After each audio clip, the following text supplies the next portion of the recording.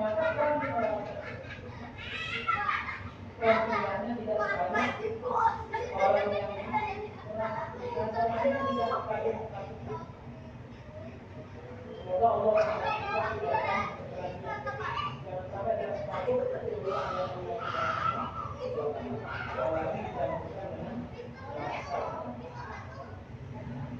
Allah Subhanahu wa Ta'ala juga berfirman, mengapa kami tidak mau berperang di jalan Allah, padahal sesungguhnya kami telah diusir dari kampung halaman kami dan dari anak-anak kami. Ayat ini mau menegaskan kepada kita, Allah Subhanahu wa Ta'ala sudah mengizinkan kaum muslimin berperang.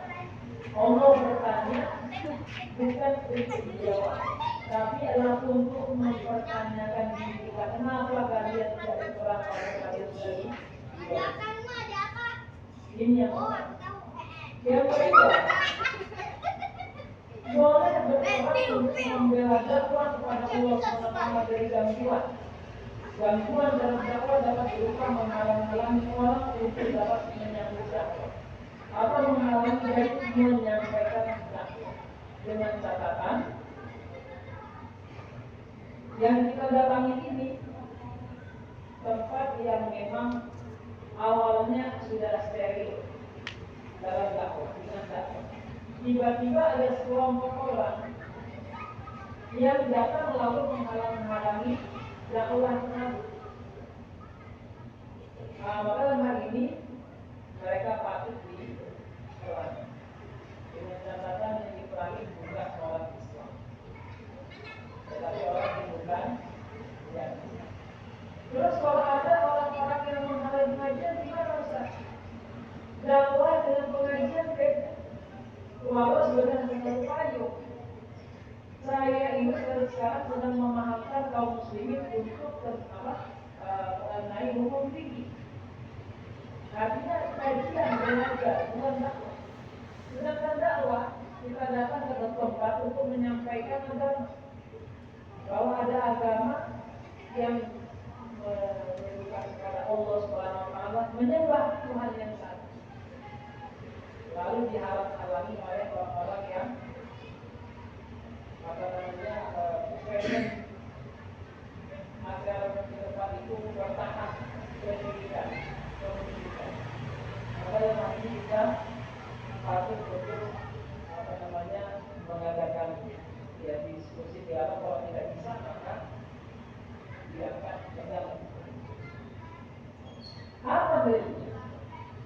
Yang pertama kita lihat dengan Allah SWT surah Al-Baqarah ayat 190 sampai 193. Dan perangilah di jalan Allah orang-orang yang memerangi kamu, tetapi janganlah kamu melampaui batas, karena sesungguhnya Allah tidak menyukai orang-orang yang melampaui batas. Dan bunuhlah mereka di mana saja kamu jumpai mereka, dan usirlah mereka dari tempat mereka telah mengusir kamu, yaitu Mekah. Dan fitnah itu lebih besar bahayanya dari pembunuhan. Dan janganlah kamu memerangi mereka di Masjidil Haram, kecuali jika mereka memerangi kamu di tempat itu. Jika mereka memerangi kamu di tempat itu, maka bunuhlah mereka. Demikianlah balasan bagi orang-orang kafir. Kemudian jika mereka berhenti dari memusuhi kamu, maka sungguhnya Allah Maha Pengampun lagi Maha Penyayang. Dan perangilah mereka itu, sehingga tidak ada fitnah lagi, dan sehingga ketaatan itu hanya semata-mata Allah SWT. Jika mereka berhenti dari memusuhi kamu, maka tidak ada kemusuhan lagi, kecuali dengan orang-orang yang lain.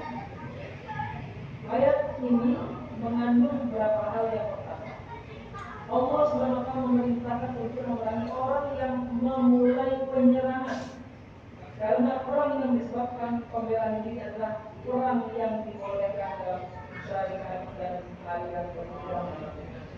Hal ini sangat jelas dari Allah Subhanahu wa Ta'ala, wa qatilu fi sabilillahi alladziina yuqatilunakum. Dan perangilah di jalan Allah orang-orang yang memerangi kamu. Yang kedua, sedangkan orang-orang yang tidak memulai penyerangan, maka tidak boleh diperangi, karena Allah Subhanahu wa Ta'ala melarang melakukan penyerangan dengan cara yang zalim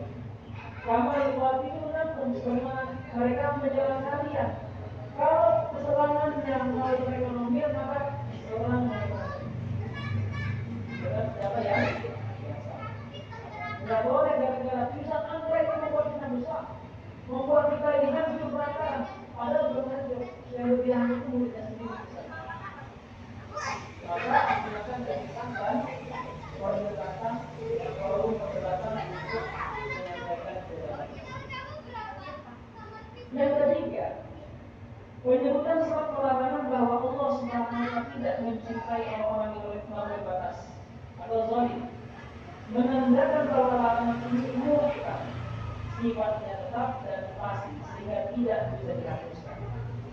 Karena hal ini adalah pemberitahuan bahwa Allah SWT sama sekali tidak mencintai perbuatan yang melampaui batas.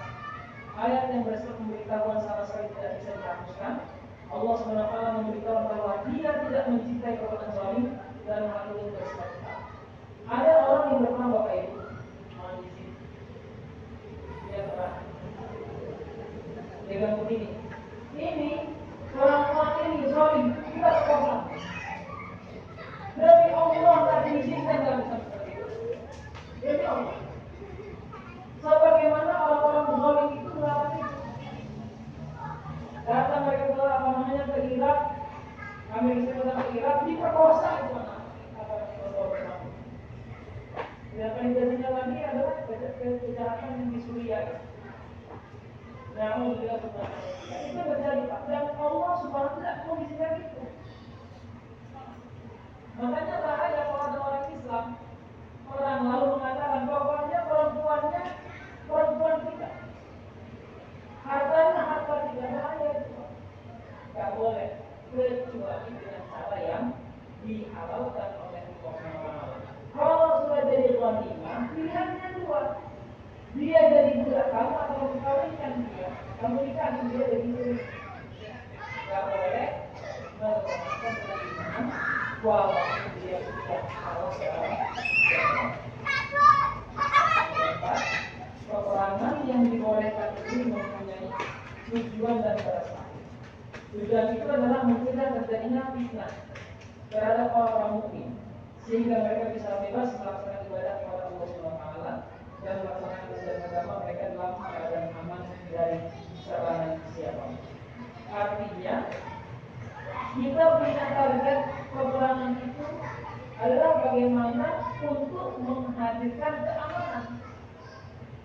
Sampai seorang pujangga mengatakan, sebelum Islam datang, tidak ada perjalanan yang aman dari Hijaz menuju Libanon.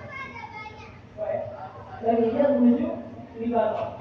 Setelah Islam berkuasa, puluhan tahun perempuan berjalan sendiri dari Hijaz menuju Libanon, tapi tidak jalan.